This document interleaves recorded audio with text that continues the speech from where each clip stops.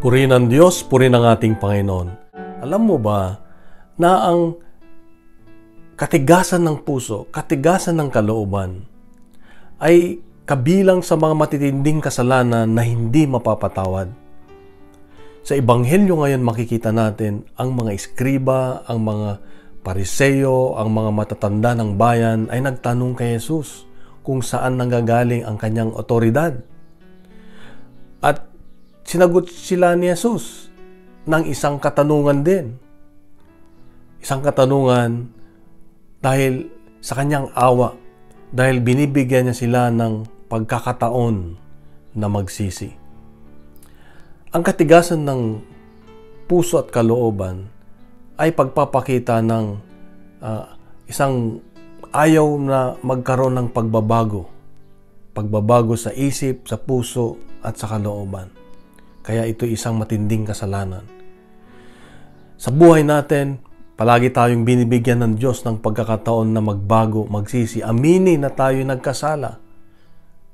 At kung may mga sirang relasyon, ay gawa natin ng paraan na maging maayos kaagad. Huwag nang patagalin pa. Kung may mga bagay sa buhay natin na nangyari na at ayaw nating ayusin at magkaroon ng pagbabago, ito'y isang nagiging kasalanan at kaya ang Diyos ay mahirap makapasok sa ating buhay at sa ating kalooban. Kaya ang hamon ng Diyos ngayon ay anuman yung mga bagay na pinagmamatigasan natin sa puso, ayaw nating baguhin, pwede naman ay gawin na natin, ayusin natin. Kung hindi mo kaya, kapatid, hingin mo ang kapangyarihan ng Diyos at tutulungan Kanya. Tutulungan tayo ng Diyos. Kaya kapatid, ito ang palala niya sa atin. May pagkakataon pa.